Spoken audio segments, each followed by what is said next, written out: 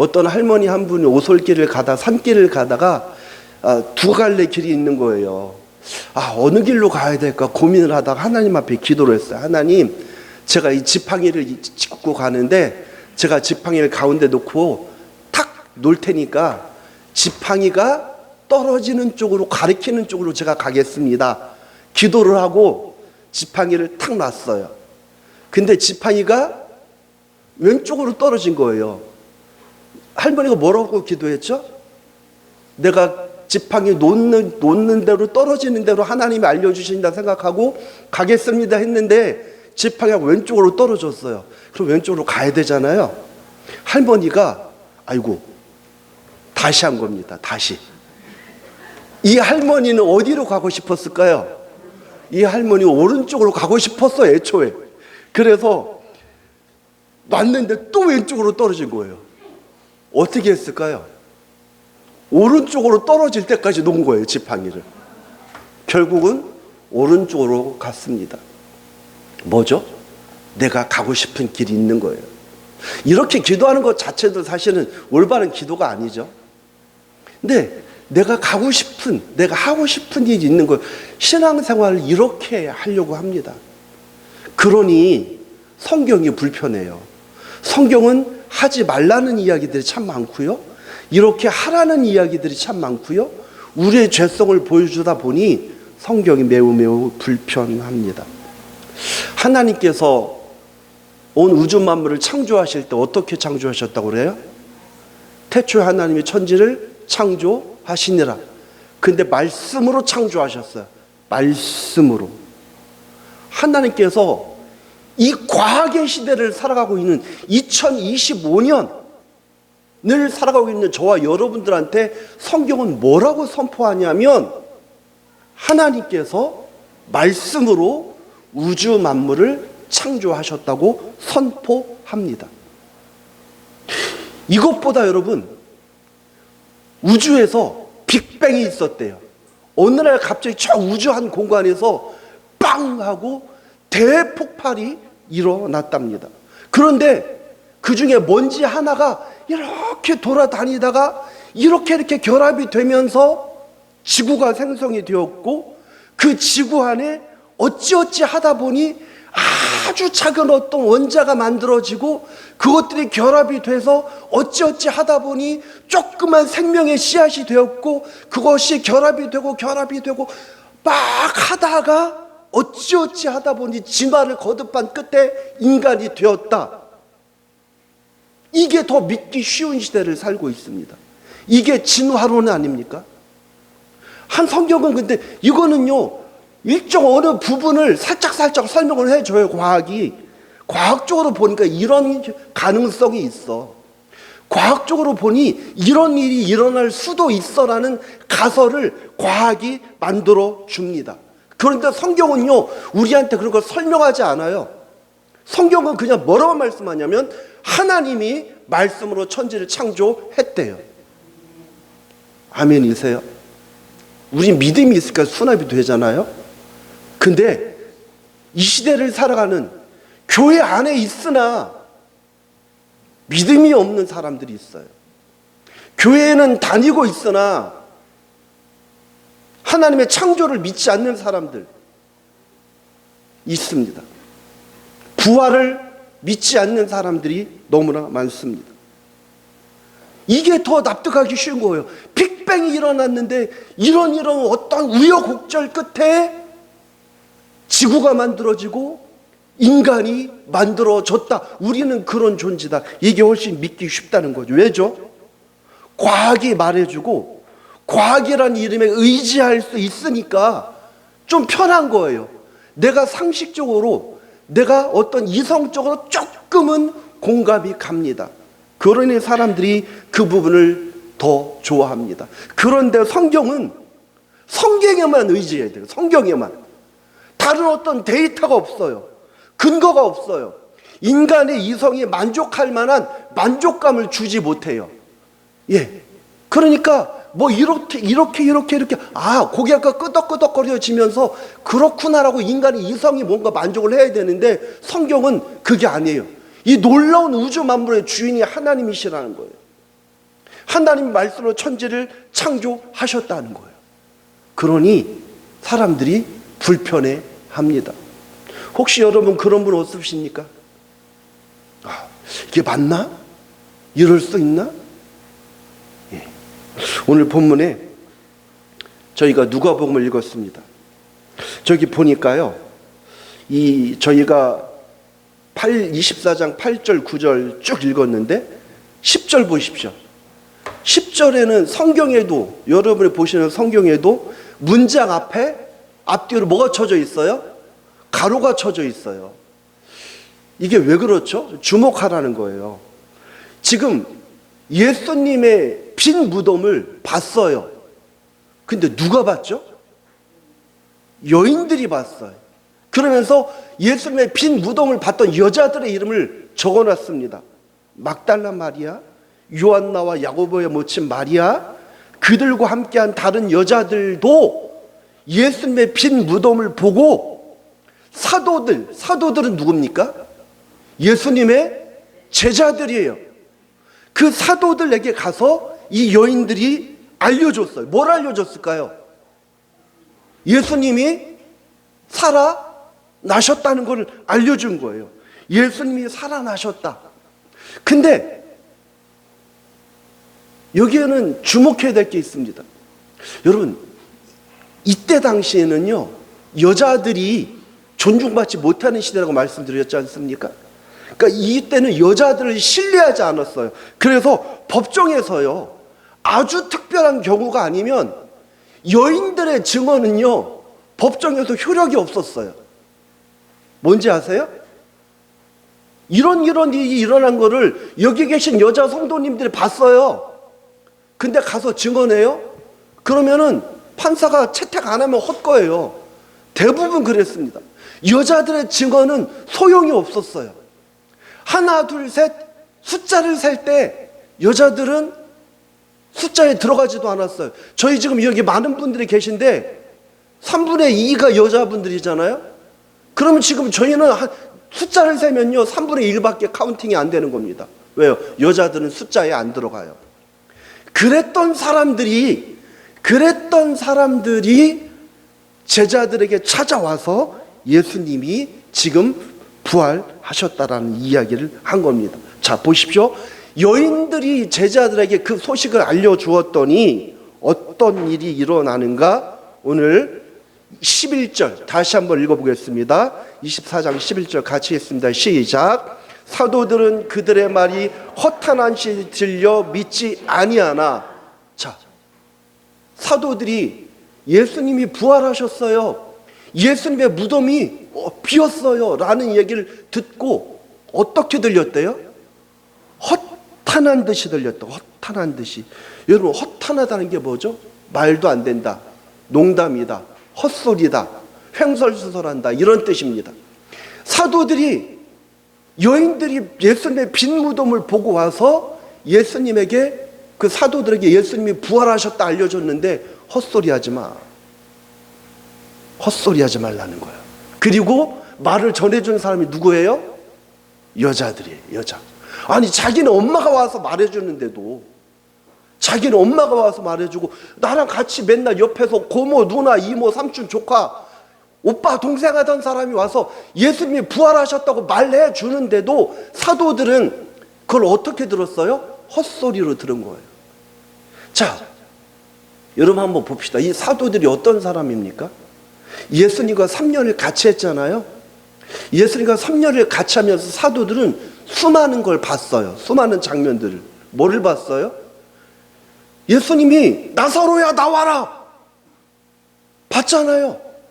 무덤이 열리고 나사로가 걸어난 걸 봤단 말이에요.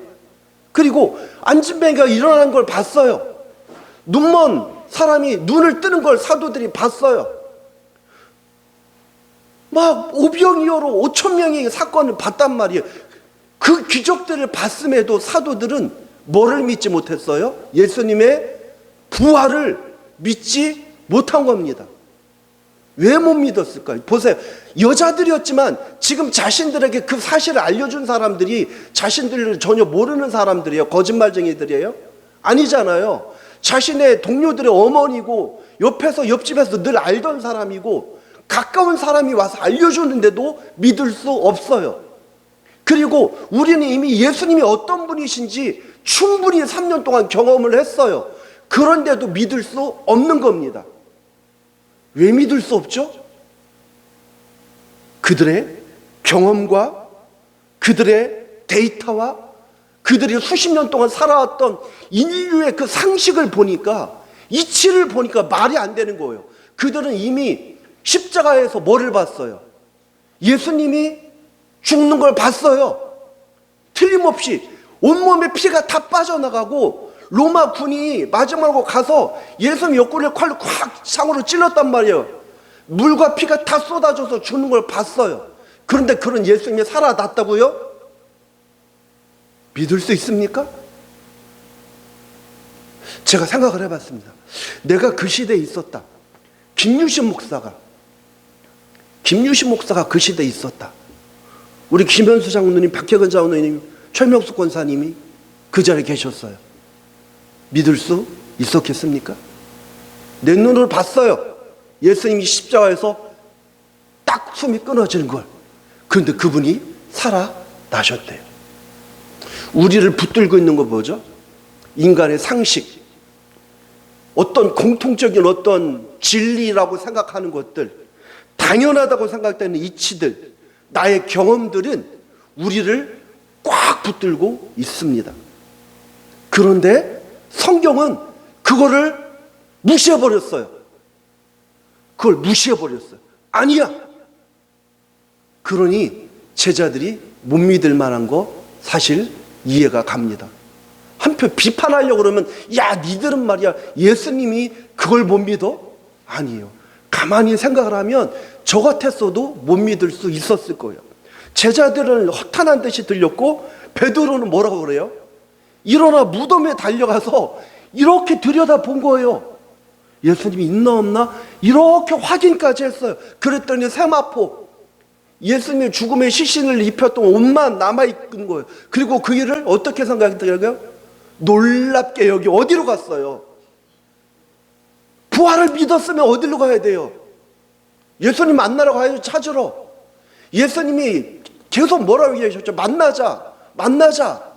여인들을 통해서 알려줘요. 그러면 진짜 그걸 놀랍게 여겨서 믿었으면 집으로 가면 안 되죠. 빨리 예수님 만나러 가야 되지 않습니까? 그런데 베드로도 그저 놀라운 일일 뿐이에요. 그러니까 지금 이 시대 사람들에게, 특히 제자들에게 있어서도 예수님의 부활은 어떤 거였어요? 오늘 설교의 제목처럼 어떤 사건이었던가, 예수님의 부활이 허탄하고 놀라운 이야기에 지나지 않았다는 거예요. 여러분, 부활은 이런 겁니다. 우리의 상식을 깨트립니다. 인류가 알고 있는 법칙을 깨트리는 거예요. 저는 여기에 기독교 신앙의 비밀이 있다고 생각을 합니다. 우리가 생각대로 이해가 되어지고 과학적으로 규명이 되어지고 뭔가 증명되어지는 사건들이 기독교라면 안 믿을 것 같아요. 과학 안에 갇혀있고 상식 안에 갇혀있고 인간이 이해의 테두리 안에만 갇혀있다면 그런 신을 뭐하러 믿습니까? 우리가 지난 주간에 고난 주간을 지났잖아요. 여러분, 그 고난의 사건이 어떤 겁니까? 인간이 죄인이었던 우리를 위해서 하나님께서 누구를 내어주셨어요? 아들을 내어주셨어요. 여러분, 우리가 그냥 어릴 때부터 예수님이 날 위해서 죽으셨다, 하나님께서 자신의 아들을 내어주셨다 생각, 늘 듣던 대로만 들으니까 아무것도 아닌 것처럼 얘기 생각되어지지만 깊이 생각해 보십시오. 그 예수님의 사랑을 본받아서 우리도 그 사랑을 실천해야 된다? 여러분, 실천할 수 있으세요? 제가 여러분들 사랑 아무리 사랑한다고 현민이 내어주고 여러분하고 바꿀까요? 저는요 절대로 못합니다. 아니, 이 사랑은요 아름답고 숭고한 이야기가 아니에요. 인간의 지성으로 이해될 수 있는 그런 아름다운 사랑 이야기가 아니라니까요. 무서운 이야기 아닙니까? 어떤 대상을 너무너무 사랑했는데 아들을 내어줬대요. 이게 이해가 되세요? 말이 됩니까? 근데 성경은 우리한테 그 사실을 이야기한다니까요. 이거는 하나님의 신적인 사랑, 온 인류를 하신 하나님의 놀라운 계획, 그 거룩하신 하나님의 뜻이 아니면 이해할 수 없는 사랑이에요. 우리가 이 사랑을 어떻게 본받을 수 있죠? 그 십자가 사랑은요, 본받는 게 아니에요, 여러분. 십자가 사랑 앞에서 울어야 되는 거예요. 내 연약함을 깨닫는 거예요.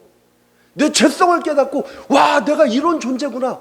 그러면서 죄성을 깨닫고 연약함을 깨닫는 것과 동시에 소망을 얻는 거죠. 아, 하나님이 나를 이토록 사랑하시는구나. 이거 인간의 사랑으로 형용할 수 없는, 인간의 사랑으로 불가능한 하나님만이 할 수 있는 사랑. 어떤 신이 이런 사랑을 합니까? 세상에 만들어 온 수많은 신들이 있잖아요. 그리스 로마 신화를 비롯해서 동양의 수많은 신들, 일본, 인도에 가면 얼마나 수많은 신들이 있습니까? 가짜 신들이. 근데 그 어떤 신도 자기를 희생하고 자기를 죽이지 않아요. 너를 희생해서 내 앞에 복종하라는 거죠. 근데 하나님이 뭘 보여주셨어요? 자신을 내어주잖아요. 아들을 내어주잖아요. 이 사랑이 여러분 우리의 이성으로 이해가 됩니까? 이해가 안 되는 거예요. 여러분, 기독교는 이런 종교입니다. 내가 때로 불편할 수 있어요. 신앙생활을 하는 거가 이 시대가 점점 합리적인 시대가 되어가고 있습니다. 이성이 최고예요. 돈이 최고예요. 그리고 트렌드가 최고입니다. 그런 시대를 저희가 살고 있습니다. 우리의 신앙의 기반이 말씀으로 하나님이 천지를 창조하셨다는 사실에 우리 신앙은 근거해야 합니다. 인간 역사의 끝이 반드시 있다는 사실에 우리 신앙이 근거해야 됩니다. 우리가 아직 죄인 되었을 때 그리스도께서 우리를 위하여 죽으심으로 우리에 대한 하나님의 사랑을 확증하셨다. 이걸 믿어야 되는 거죠. 예, 부활은 제자들조차 허탄하고 놀라운 이야기로 들렸습니다. 2025년을 살아가고 있는 여러분, 불편하지 않으십니까? 죽은 자가 살아났대요. 우리 이성으로, 과학으로 설명이 돼요? 납득이 안 되죠. 왜죠? 하나님의 일이라 그렇습니다. 하나님의 일이기에 말씀으로 천지를 창조하셨다는 사실, 세상은 우리한테 규명해 보라고, 증명해 보라고 이야기합니다. 근데 저는요, 증명되어지면 저 믿지 않을 것 같아요. 왜죠? 증명되어지면 그거는 우리 지성의 한계 안에 있는 거잖아요. 내 지성의 한계 안에 갇혀있는 신을 왜 믿습니까? 왜 그분께 인생을 겁니까? 왜 그 신에게? 내가 안 되고 연약하고 규명되지 않는데 내 인생 속에 들어와서 우리 온 인류 2000년 인류 역사를 관통하고 지금까지 수많은 사람들의 삶을 변화시키는 그 능력, 그 성령 하나님의 은혜가 있으니까 그 사실을 붙들고 믿는 거죠. 이게 믿음이라는 겁니다. 여러분, 신앙생활을 잘 하셨으면 좋겠습니다. 교회 다니면서 교회 안에 있다고 하면서도 하나님의 창조를 믿지 않고 하나님께서 온 인류에게 부여하신 기본적인 법칙을 믿지 않고, 제가 언젠가 한번 보여드리려고 하는데요, 제가 아침에 설교 준비하고 쭉 있다가 어떤 영상 하나 봤습니다. 기가 막힌 거예요. 학교에서 우리나라 대한민국의 현실이 얼마나, 저는 그 정도까지인지 몰랐어요. 학교에서요, 아이들한테 동성애를 얼마나 집요하게 교육을 시키는지 어떤 선생님이 말하는 거예요. 나는 아침에는 남자로 살고 싶은데 오후에 여자로 살고 싶어. 괜찮아. 이렇게 말을 합니다. 저 시골, 경상도 어느 시골, 거기서 어떤 학부모가 인터뷰를 했는데, 여기 시골이라 고등학교 하나, 중학교 하나, 초등학교 하나 딸랑 있는데 이 얼마 되지도 않는 학교까지 와서 아이들한테 그런 교육을 시키는 게 이해가 되지 않습니다. 근데 지금 대한민국 그렇게 한다니까요. 그게 세상의 추세래요. 그걸 인정하지 않으면 촌스럽대요. 왜 이런 거에 그렇게 잘 따라가십니까? 이게 맞나요? 이건 이해가 되세요? 그러니까 진짜 웃긴 거죠. 내가 원하는 방향으로만 이해를 하려고 해요, 사람들은. 지금 대한민국의 현실이 이렇습니다. 그거 그걸 어떻게 받아들입니까? 우리의 신앙의 근거는요, 하나님의 말씀입니다. 하나님께서 말씀으로 천지를 창조하셨고, 그분이 남자와 여자를 창조하셨고, 가정을 두셨고, 그분이 시작하셨고, 알파와 오메가 되신 하나님께서 마침내 온 인류의 종점 끝을 찍으신다는 사실, 방점을 찍으실 거는 사실, 이거 믿으셔야 합니다. 이게 기독교 신앙의 핵심이고, 이것이 신앙의 참된 가치입니다. 허탄하고 놀라운 이야기 아닙니다. 이해되지 않지만 그 신적인, 거룩하시고 전능하신 신적인 은혜가 온 우주 만물을 저와 여러분 붙들고 있어요. 낙심하지 마십시오. 여러분 개인의 삶이, 가정의 삶이 힘들 수도 있습니다. 지금 곤고하신 분, 눈물겨운 삶을 지내고 계신 분 괜찮습니다. 주님이 부활하셨습니다. 죽음을 이기셨습니다. 이 부활이 없으면 우리 신앙의 가치가, 우리 신앙이 다 헛거예요. 가장 답답하게 산 사람이 누군지 아세요? 만약에 부활이 없다면 접니다. 저. 예. 아니 그냥 다른 거 하지. 왜 목사를 합니까? 여러분들 답답한 사람들 아니에요? 부활이 없다면? 왜 하나님 붙들고 주일마다 나오고 교회 헌신하고 왜 그렇게 합니까? 아니에요, 여러분. 우리 주님께서 부활하셨습니다. 그리고 그분께서 반드시 우리 온 우주 만물의 종점, 마침 하나님께서 이루어 가실 것입니다. 어젯밤에 11시 53분에 기사를 딱 올라왔다고 돼 있네요. 제목이 뭐냐면 전 남편에 복수할 거야. 헬스장에서 힘 키운 60대여 결국 이렇게 제목이 떴습니다. 제가 내용을 쭉 읽어보니까 19일 부산고법 창원재판부 형사 2부에서 살인 혐의로 기소된 A씨 여자분입니다. 61세 A씨에 대한 항소심에서 피고인의 항소를 기각하고 징역 17년을 선고한 원심을 유지했다. 이 여자분은 지난해 8월 경남 김해시 한 농장에서 전 남편 B씨를 목 졸라 살해한 혐의를 받고 있다.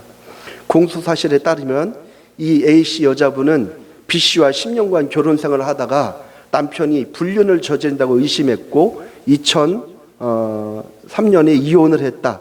두 사람은 이혼 후에도 가정의 대소사를 챙기면서 B씨의 집을, 그러니까 이혼을 했는데도 교류를 한 거죠. 오가던 그때 이 여자분이 남편이 이혼이 됐던 불륜녀와 계속 연락을 주고받는다는 사실을 알고 크게 다투었다.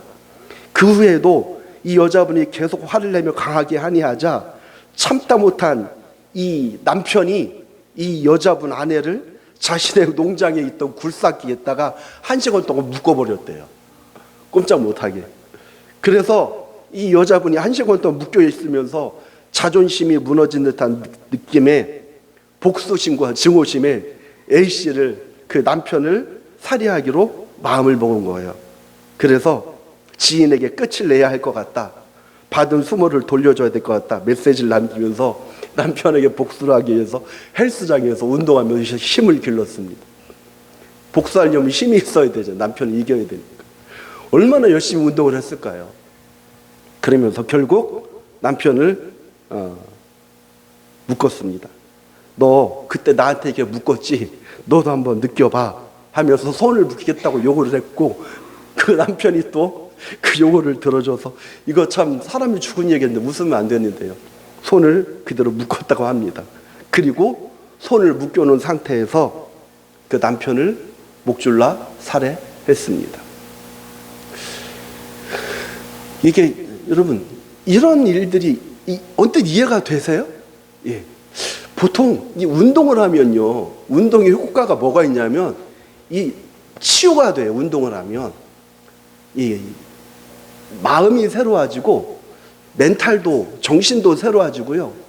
여러 가지로 운동을 하면, 근데 저 같으면 복수심이 있다가도 운동을 했기 때문에 운동하면서 치유가 되고 해소가 됐을 것 같은데, 얼마나 그 증오심이 컸던지 결국은 운동에서 힘을 길러서 남편을 목졸라 살해할 만큼.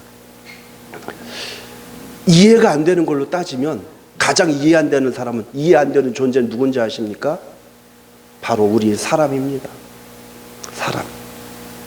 하나님이 우리를, 여러분, 사람이 이해가 되세요? 사람이 얼마나 연약하고 못된 존재인지 하나님이 저와 여러분을 바라보면서 어떤 생각을 하실까요? 근데 하나님이 여전히 우리를 사랑하신답니다. 우리를 너무너무 사랑하셔서 우리의 상식과 우리의 생각으로 이해되지 않는 그 놀라운 사랑, 아들을 내어주셨습니다. 그리고 그분이 죽으시고 부활하셨습니다. 이게 기독교 신앙입니다. 여러분은 그런 존재입니다. 여러분, 다 이기시길 바랍니다. 부활의 주님이 죽음을 이기셨습니다. 그리고 그 주님께서 마침내 세상을 이기실 것입니다. 우리는 그 하나님을, 그 주님을 믿는 사람들입니다. 이 말도 안 되는 세상에서 살고 있습니다. 진짜 진리가 뒤집히는 세상, 이치가 다 무너지는 세상, 도리가 무너지는 세상, 점점 악한 세력들이 판을 치고 정치, 사회, 문화, 가정마다 하나님을 대적하는 악한 일들이 다 스며들고 있는 이 시대를 살고 있습니다. 진짜 붙들어야 될 게 뭡니까, 여러분? 사상입니까? 문화입니까? 어떤 트렌드입니까? 정치적인 가치입니까? 아니에요. 하나님을 붙들어야 합니다. 그분이 우리의 삶의 주인이시고, 그분만이 진리이시고, 그분만이 우리를 거룩하게 아름답게 인도하실 것입니다. 부활절입니다. 여러분, 부활의 신앙으로 살아가시길 바랍니다. 어떤 환경과 상황에도 굴하지 않고 하나님께 시선을 맞추며 그 하나님을 믿으며 말씀 따라, 믿음 따라 매일매일 걸어가는 여러분들 다 되시기를 주님의 이름으로 축원합니다.